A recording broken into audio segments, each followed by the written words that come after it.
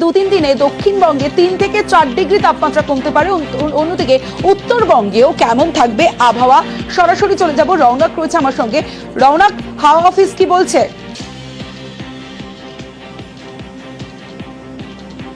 দেখো, একেবারেই আগামী 2-3 দিনে 3 থেকে 4 ডিগ্রি তাপমাত্রা এক ধাক্কায় কমবে দক্ষিণবঙ্গ এবং উত্তরবঙ্গে দুই জায়গাতেই। এবং বিশেষ করে শহর কলকাতায় সপ্তাহের শেষে তাপমাত্রা নেমে আসতে পারে 15 ডিগ্রি সেলসিয়াসের আশেপাশে।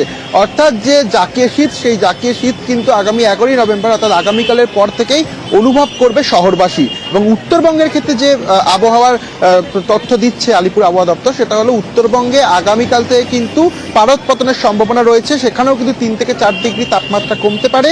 এবং আগামীকাল উত্তরবঙ্গের দার্জিলিং, উত্তর দিনাজপুর, দক্ষিণ দিনাজপুর এবং মালদাতে সকালের দিকে ঘন কুয়াশার দাপট রয়েছে। এর জেরে কিন্তু দৃশ্যমানতা প্রায় 200 মিটারের নিচে নেমে আসতে পারে। এবং দক্ষিণবঙ্গের জেলাগুলিতেও ঠিক একই পূর্বাভাস, 3 থেকে 4 ডিগ্রি তাপমাত্রা আগামী 2-3 দিনে এক ধাক্কায় কমে যাবে। এবং যেটা সবথেকে বড় কথা, সেটা হলো আগামী 7 দিনে কোনো রকম বৃষ্টিপাত নেই বঙ্গজুড়ে।